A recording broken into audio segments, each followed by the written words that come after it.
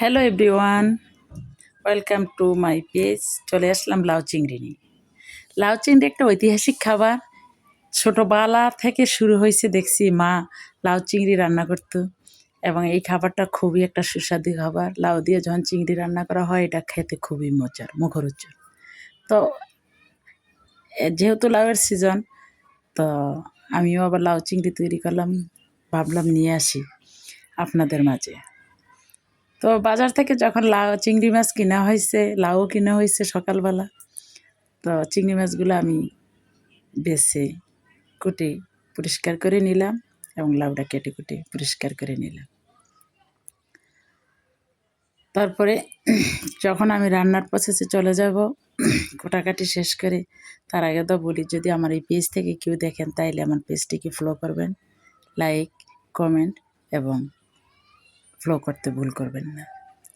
হয়তো আপনাদের একটা লাইক কমেন্টই আমার পেজটা অগ্রগতি, বা আপনাদের ফলোতে আমার পেজটা অগ্রগতি। চিংড়ি মাছটা আমি খুব পরিষ্কার করে বেছে চুলে কুটে নিলাম, তারপরে পরিষ্কার করে নিলাম ধুয়ে। তো আমি প্রথমত কড়াইয়ের মধ্যে সর্ষের তেল দিয়ে দিলাম। তেলটা যখন বাদামি হয়ে আসছিল পেঁয়াজটা, তখন আমি এখানে সকল মশলা দিয়ে দিছি। তো রসুন বাটা দিছি, ধনিয়া, জিরা, হলুদ, লবণ, মরিচ।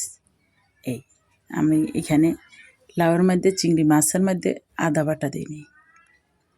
তো এগুলো দিয়ে আমি কষাই নিছি। কাঁচামরিচ দিব উপরে, পরিমাণ মতো সব কিছু দিছি, দিয়ে আমি তেলের মধ্যে মশলাটা কষাই নিছি। নেওয়ার পরে আমি এখানে চিংড়ি মাছটা দিয়ে দেব।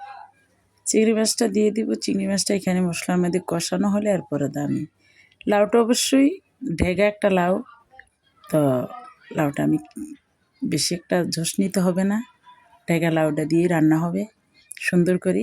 আমি লাউটা কেটে পরিষ্কার করে নিছি। এভাবে আমি সকল মশলার মধ্যে চিংড়ি মাছটা কষাইয়া নিছি।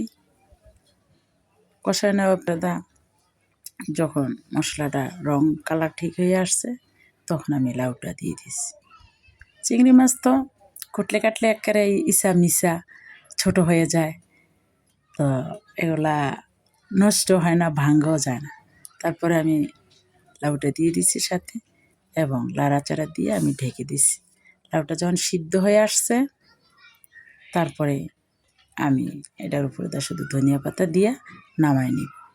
তো এভাবে হয়তো লাউ সবাই খান।